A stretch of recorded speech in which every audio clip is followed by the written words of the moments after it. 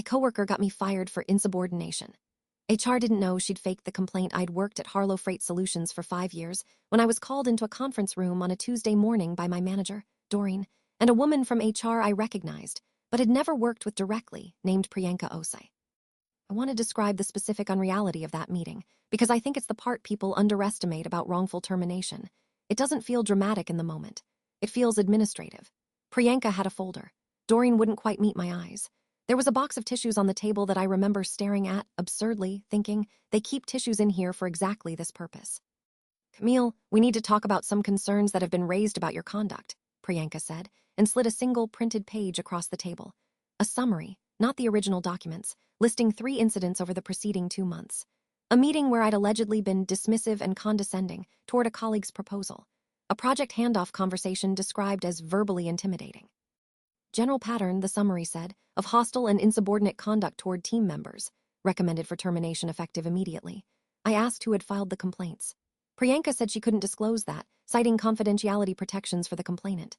I asked to see the original documentation, actual quotes, actual context, not a paraphrased summary. She said that wasn't standard practice during an exit meeting. I was in shock, genuinely, in a way that made the rest of the meeting feel like it was happening to someone else. 5 years. 2 exceeds expectations reviews. 0 prior warnings of any kind. And now, apparently, a documented pattern serious enough to walk me out with a cardboard box within the hour. I didn't need to guess who'd filed the complaints. There was only one person on my team whose ideas I'd recently discussed in a way that could, with enough bad faith, be reframed as dismissive. Beatrix Solano, a coworker who joined the account management team 8 months earlier, whom I'd personally trained on 2 of our largest client relationships. Beatrix had started at Harlow 8 months before my termination, hired into a junior account manager role beneath my direct oversight. My manager, Doreen, had asked me specifically to onboard her onto our 2 largest accounts, a regional grocery distributor and a mid-Atlantic manufacturing client, because Doreen felt Beatrix showed real potential and wanted her mentored by someone experienced. For the first 4 or 5 months, the relationship felt, if not warm, then at least professionally functional. Beatrix asked good questions. She picked things up quickly. I remember telling Doreen, around month 4, that Beatrix was sharp, could be running her own accounts within a year. A compliment I meant sincerely, and that I would, months later, understand very differently. Things had started to shift, subtly, around month 6, right around the time Harlow announced an internal restructuring initiative, consolidating what had been 3 separate senior account manager roles across 2 departments into a single combined position, effective at the end of the fiscal quarter. I'd assumed, reasonably, that I was a strong candidate for the consolidated role, given my tenure and my performance history. I hadn't thought much about who else might be positioning for it, because the other 2 senior managers in line for consolidation were both people with less institutional history than me, and Beatrix, 8 months in, wasn't formally in the running at all. I didn't know, at the time, that Beatrix had begun taking on visible ownership of pieces of my 2 largest accounts. Small things, at first, like fielding a client email I was CC'd on but she answered first, or presenting a project update in a team meeting using language that subtly implied more ownership over the account strategy than she actually had. I'd noticed some of it, mentioned it to her directly once, gently, in what I genuinely believed was a normal mentorship correction. Let's loop me in before responding to client emails on the grocery account, just so we're aligned. A conversation that, I would later learn, became the basis for one of the 3 complaints against me. I sat in my car in the Harlow parking lot for almost 20 minutes after the termination meeting, cardboard box on the passenger seat, before a specific thought cut through the shock. My company laptop was still in the box, and my credentials, per standard IT policy at Harlow, typically weren't revoked until end of business the same day, sometimes later. I opened my laptop in the parking lot. I still had access. I want to be careful here, because I think this is a part of the story that requires explanation. I didn't access anything I wasn't authorized to see as an employee still technically on the clock until it processed my termination. I didn't hack anything. I used a shared project management platform, the same one our entire team used daily for tracking client work, and exported activity logs and message histories from channels I'd always had standing access to, the same channels I'd used every single day for the past 5 years. What I found, over those 11 hours, was the actual, unedited version of every conversation Priyanka's summary had vaguely referenced. Dismissive and condescending, meeting turned out to be a project status call, fully logged in the platform's meeting notes feature, where I'd offered a specific, professional critique of a timeline Beatrix proposed for the manufacturing client. A critique that, reviewing the actual transcript, was measured, constructive, and ultimately correct, since the timeline she proposed would have missed a contractual delivery deadline. verbally intimidating handoff conversation turned out to be a message thread, not a verbal conversation at all, where I'd asked Beatrix in writing to correct an error in a shipping manifest before it went to the client. A message that read in full, "Hey, can you double-check the manifest before this goes out? I think the quantities on line 4 are off. Want to catch it before the client sees it." Nothing in that message, viewed in its original form, resembled intimidation of any kind. Third complaint, the dismissive toward a colleague's ideas incident, was the mentorship conversation I remembered clearly, the one where I'd asked her to loop me in before responding to client emails independently. The actual message log showed the entire exchange, calm and professional on both sides, ending with Beatrix responding, "Totally, makes sense, sorry about that." None of it matched the complaints. Buried in the platform's edit history, a feature most users didn't realize existed, which logged every edit made to any message or document, timestamped with the editor's name attached, I found something worse. Beatrix had gone back, 11 days after our mentorship conversation, and edited her own message in that thread, changing "totally, makes sense, sorry about that." A version that read, in the edited copy, considerably more clipped and resentful. A change that, I realized with a cold, sinking feeling, had probably been designed to be screenshotted and submitted as evidence, stripped of the platform's visible edit history, which most people wouldn't think to check. I want to talk about the week that followed the termination, because it was, in its own way, harder than the 11 hours of frantic exporting. It was the week I had to sit with the fact that people I'd worked alongside for 5 years had, apparently, believed a version of me that didn't exist. I got a handful of texts from former colleagues, careful and vague. "So sorry to hear you're moving on. Keep in touch." The specific hedged language of people who'd heard something but didn't know the details and didn't want to ask. No one reached out to say directly, "I don't believe this happened the way they're saying." I understood why. Without access to what I'd exported, they had no reason to doubt an HR process they assumed had been thorough. I filed for unemployment, which Harlow, unsurprisingly, contested, citing the termination for cause. I spent the following days in the strange, suspended state of someone who knows they have the truth in a folder on their laptop, but hasn't yet figured out what to do with it. I called a former colleague, Renata, who'd left Harlow a year earlier on good terms and had gone on to work at a firm with a strong in-house legal team. She connected me with an employment attorney, Marcus Feldstein, who specialized in wrongful termination and retaliation cases. "What you've described," Marcus said, after I walked him through everything, "isn't just wrongful termination.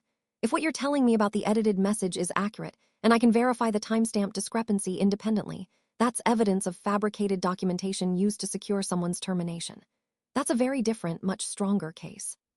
Marcus, working with a forensic data consultant, formally requested, through legal channels, properly, this time, rather than through my expiring personal access, Harlow's complete records related to my termination, including the original complaints Beatrix had filed and the platform's full audit trail.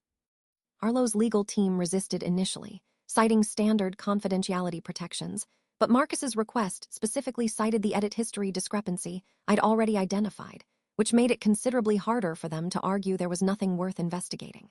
What emerged, over the following 3 weeks, was a fuller picture than even I had anticipated. Beatrix had filed all 3 complaints within a 9-day window, roughly 6 weeks before my termination, not spread out organically over 2 months, the way the HR summary had implied, but bundled together in a way that suggested deliberate construction rather than a slow accumulation of genuine grievances.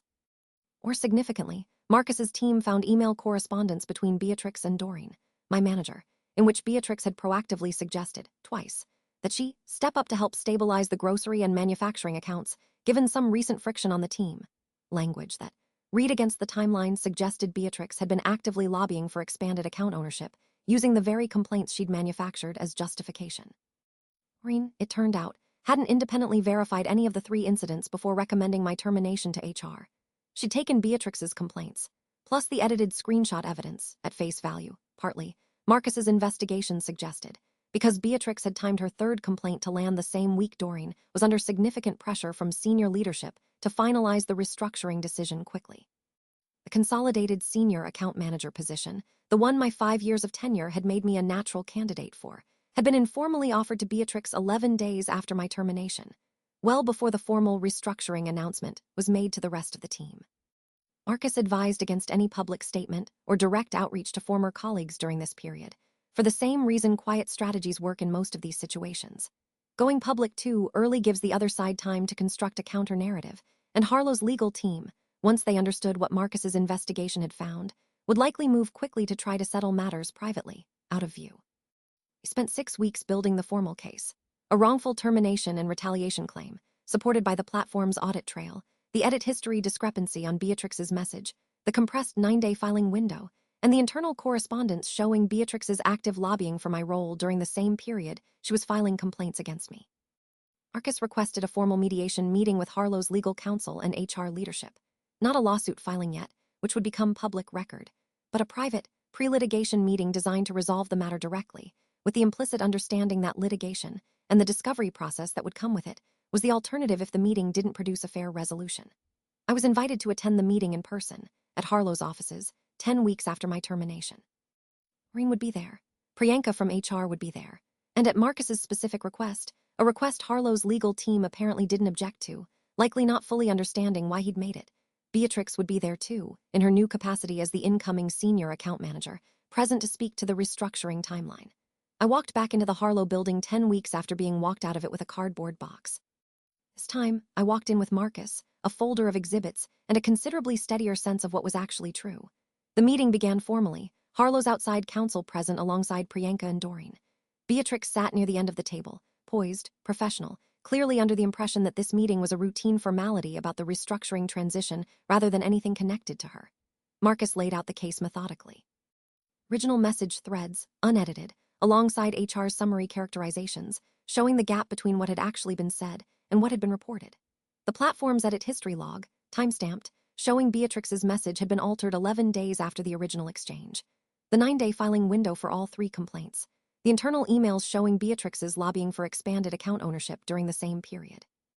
I watched Doreen's face change as Marcus walked through the timeline, not shock at the existence of the evidence, exactly, but the specific, sinking recognition of someone realizing she'd made a serious decision without doing the verification her role required.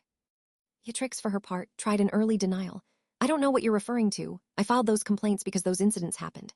A claim that held for approximately 30 seconds, until Marcus pulled up the platform's edit history on the screen in front of everyone, showing her own account name attached to the edit, timestamped, undeniable.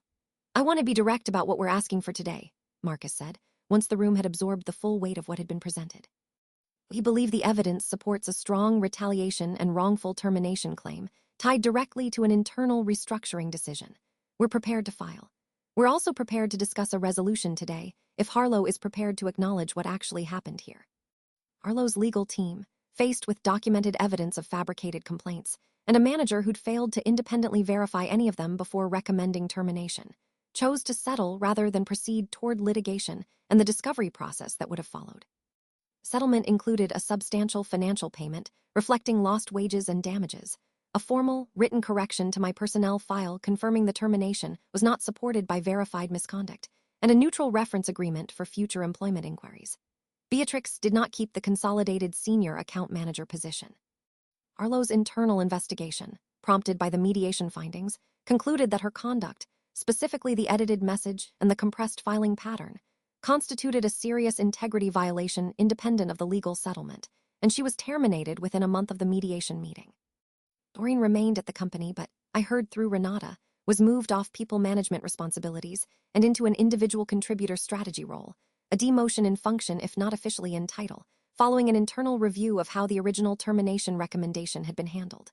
I don't know, and don't especially want to know, what happened to Beatrix professionally after Harlow.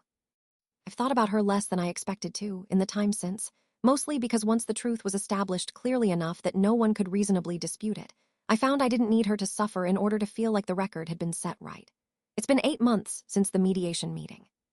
I took a position at a different logistics firm 3 months after the settlement, a senior role with a company that, during my interview process, actually called Doreen's replacement to verify my employment history and heard, this time, an accurate account of my 5 years at Harlow. I think often about how close I came to simply accepting the termination as fact, how easy it would have been, in the state of shock I was in during that meeting, to sign whatever paperwork was in front of me and walk away believing, on some level, that maybe I really had done something wrong, since HR wouldn't have acted without cause, would they? The 11 hours in that parking lot turned out to be the entire hinge of the story, not because I did anything extraordinary, but because I happened to know, from 5 years of daily use, that the platform we all worked in kept a permanent record most people never thought to check. Beatrix had built her case assuming no one would look past the summary. She hadn't accounted for the fact that the truth was still sitting there, time-stamped and unedited, in a system she'd forgotten kept better records than she did. I check my own work now, differently than I used to, not out of paranoia, but out of a hard one, understanding that the version of events other people are willing to believe about you isn't always the version that's true. And that sometimes the only thing standing between those two versions is whether you knew where to look, and whether you were fast enough to look before the door closed behind you. It closed behind me once. I made sure, before it did, that I'd already found everything I needed on the other side.